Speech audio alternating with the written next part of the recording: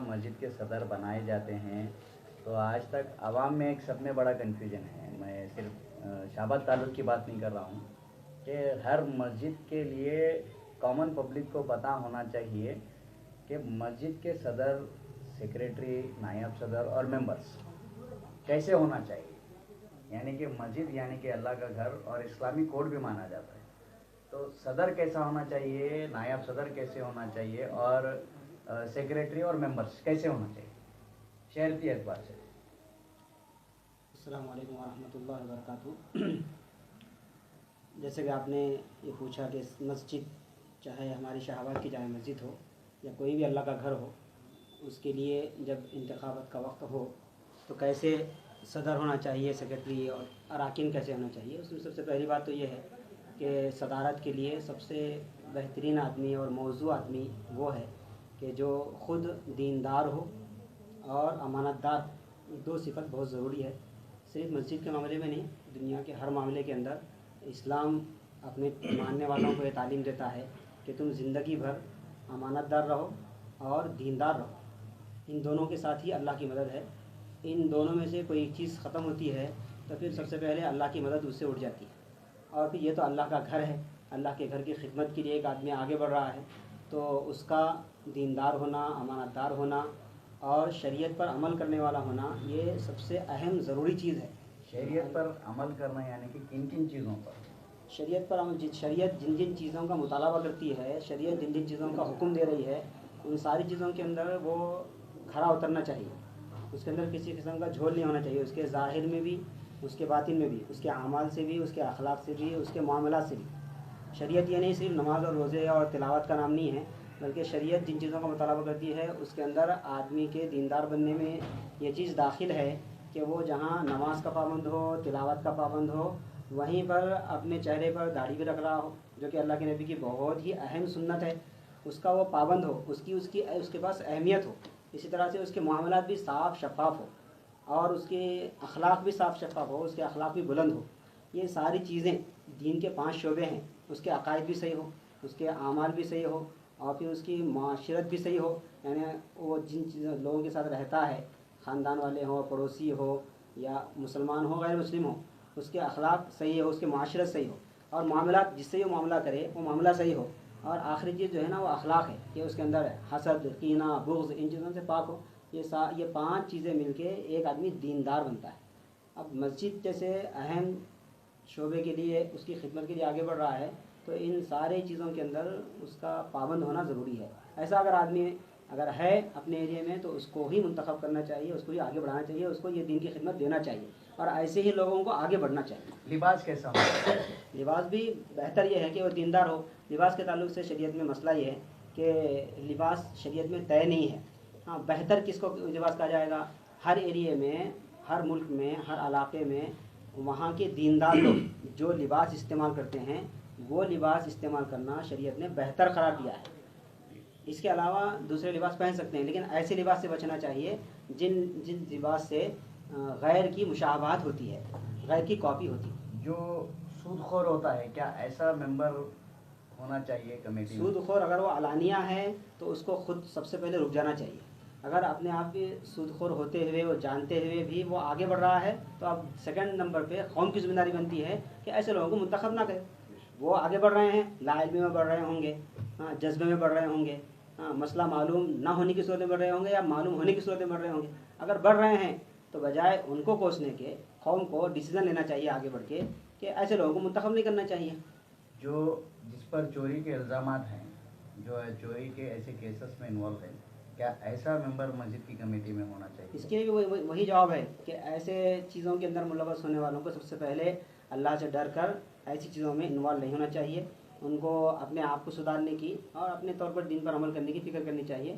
یہ بڑی بڑی ذمہ داریاں ہیں دین کی، تو اس میں ان کو آگے نہیں بڑھنا چاہیے. اگر بڑھ رہے ہیں اور ظاہری طور پر یہ چیز کھلی بھی ہے تو پھر قوم کو ڈیسیزن لینا چاہیے، آگے بڑھنا چاہیے کہ وہ ایسے لوگوں کو منتخب نہ کرے. جوا کھیلنے والا، اس کے لیے وہی ہے. یہ جو اشلیل تصویریں یا ویڈیوز دیکھنے والے لوگ ہوتے ہیں، جو کہ یہ بھی ایک معنوں میں حرام ہے اسلام میں، کیا ایسا ممبر ہونا چاہیے؟ ایسے لوگ بھی اعتراض کرنا چاہیے، ایسے لوگوں کو بھی دور رکھنا چاہیے مسجد کمیٹیوں سے. خاص طور پہ ایک اہم سوال یہ ہے، سیاست کے الیکشن میں اور مسجد کمیٹی کے الیکشن میں بہت بڑا فرق ہونا چاہیے. یہ قوم کا معاملہ ہے. کوئی الیکشن میں پیسے بانٹنے والا ایسا کیا مسجد کمیٹی کا ممبر بن سکتا ہے یا نہیں؟ دیکھیے الیکشن کے وقت میں بھی ہم لوگ اپنے ممبروں سے اپنے محراب سے کہا کرتے ہیں کہ بھی سیاسی الیکشن کے اندر بھی دین پر قائم رہتے ہوئے ہی الیکشن لڑنا چاہیے اور ووٹنگ کرنا چاہیے. تو دینی دنیائی معاملے کے اندر، سیاسی معاملے کے اندر ہم سختی سے یہ بات کہتے ہیں، تو پھر مسجد کے معاملے کے اندر تو اور زیادہ احتیاط کرنا چاہیے. اس میں ایسی چیزوں کو انوالو نہیں ہونے دینا چاہیے، اور اگر ہو رہی ہے تو سختی سے اس کو رد کرنا چاہیے. یہ آپ کا سوال رہا. اگر کوئی ایک پوسٹ پر ہے، یعنی کہ پولیٹیکل پارٹی میں بھی ہے اور مسجد کمیٹی میں بھی ہے، اگر وہ کسی طریقے سے مسجد کمیٹی کے نام پر سیاست میں ان کا نام لے کر استعمال کرتا ہے، کیا ایسے صدر ضروری ہیں؟ دیکھیے سیاست، دیکھیے اللہ کے گھر کی جب خدمت کرتا ہے آدمی تو اس کو کسی نہ کسی طریقے سے پاپولیرٹی حاصل ہو جاتی ہے، شہرت حاصل ہو جاتی ہے. اب اس شہرت کو جو ہے نا سیاست میں استعمال نہ کرنا چاہیے ان کو. اگر وہ ہو رہی ہے تو وہ اور بات ہے. آدمی جو ہے اللہ کے گھر کی خدمت کر کے مشہور ہو جاتا ہے. اب اس شہرت کو وہ اگر بل پہ اپنی نیت سے اور اپنے ارادے سے اس شہرت کو، اللہ کے گھر کی خدمت کی شہرت کو اگر سیاست میں استعمال کرتا ہے تو وہ ایسے ہی ہے کہ جو وہ اپنے پورے اتنے بڑے ثواب کو یہیں پر گنوا رہا ہے، اور آخرت میں اس کے لیے کوئی اجر نہیں ہوگا. اور شہرت کی جہاں تک مسئلہ ہے پاپولیرٹی کا، اللہ کے نزدیک شہرت کا کوئی مقام نہیں ہے. مشہور آدمی اللہ کے نزدیک کامیاب ہونے کی کوئی گارنٹی نہیں ہے. مشہور نہیں بلکہ صالح ہونا چاہیے، دیندار ہونا چاہیے. اللہ کے نزدیک دیندار آدمی کی قدر ہے، تقوی والے کی قدر ہے. شہرت والے کی کوئی قدر نہیں ہے. شہرت کی کوئی ویلیو ہی نہیں ہے اسلام کے اندر.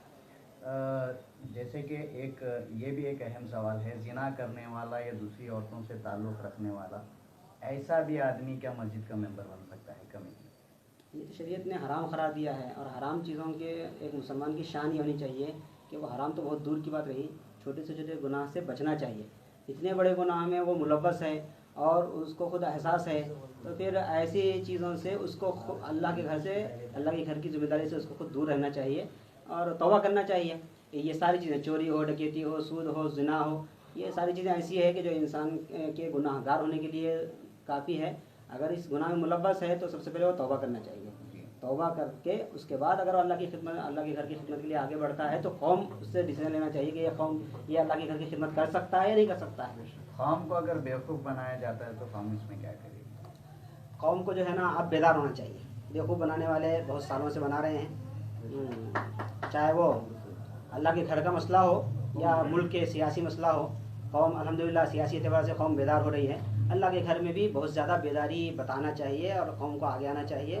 اور ان ساری چیزوں کو جب کھل کر سامنے آ رہی ہے تو اس کی تحقیق کرنا چاہیے قوم کو، اور ڈیسیژن لینا چاہیے کس کو منتخب کرنا ہے، کس کو منتخب نہیں کرنا ہے. کاروبار کے نام پر لوگوں سے پنچایت کرنا اور ان سے پیسے کھانا، اور پنچایت بٹھا کر پیسے کھانا، یعنی کہ کاروبار بینیفٹ کا ایک کاروبار بتایا جاتا ہے لوگوں سے. آپ ہم سے پیسے لے رہے ہیں لیکن ایز اے انٹرسٹ وہ کاروبار چلتا ہے. پھر لوگوں کے یعنی کہ ہم کمیٹی کے لوگ ہیں، ایسا کر کر، جیسے کہ آپ کے گھر کا کچھ معاملہ ہوتا ہے یا کچھ پنچایت کے معاملے ہوتے ہیں، ایسا کر کر اس میں پیسے کھانے والے کیا ممبرس بن سکتے ہیں؟ کاروبار کا بھی ایک مسئلہ ہے، اور دوسرا جو مسئلہ ہے پنچایت کرا کر، یعنی کہ آپ کے پاس کوئی فیصلہ آتا ہے تو وہ دونوں طرف سے پیسے کھا کر فیصلے کرتے ہیں. کیا ایسے بھی لوگ ممبر بن سکتے ہیں؟ دیکھیے دو خاندانوں میں لڑائی، دو افراد میں لڑائی، معاملات کا جھگڑا جو ہے نا، یہ اکثر شہر کے بڑوں کے پاس آتے ہیں. شہر کے بڑوں کی اخلاقی ذمہ داری یہ ہوتی ہے کہ خاندانی جھگڑوں کو اخلاق کے ساتھ سدھار لیں، ان دونوں کے درمیان میں صلح کرا کے ان دونوں کو ملانے کی کوشش کریں. اس پر اللہ تعالیٰ بہت زیادہ اجر دینے والے ہیں، بہت زیادہ اجر دینے والے ہیں کہ دو لڑنے والوں میں صلح کرانا یہ جہاد کرنے کے مترادف ہے نا. اللہ کے نزدیک اس کا بہت بڑا ثواب ہے. اس بڑے ثواب کو ایسے لوگ جو پنچایت کرتے ہیں، جو فیصلہ کراتے ہیں، ان کو ان ثواب کو سامنے رکھنا چاہیے، تاکہ اللہ سے اس کے لیے ثواب کی امید رکھتے ہوئے فیصلہ کرنا چاہیے. اس میں جو ہے نا یہ دونوں پارٹیوں سے کچھ لینا یہ اخلاقی اعتبار سے بھی درست نہیں ہے، دینی اعتبار سے بھی جائز نہیں ہے کہ دونوں افراد سے کچھ پیسے لے کے آپ فیصلہ کر رہے ہیں. پیسے لینے کی کوئی اجازت شریعت میں نہیں ہے، اس سے بچنا چاہیے. اور اس فیصلہ کرانے پر جو اللہ کی طرف سے اجر ملنے والا ہے اس کو سامنے رکھتے ہوئے اس خدمت کو انجام دینا چاہیے. اللہ تعالیٰ نے ان کو ایک حیثیت دی ہے ایسے لوگوں کو، تو وہ حیثیت کو صحیح طریقے سے استعمال کرنا چاہیے. اس میں اپنا دنیاوی منافع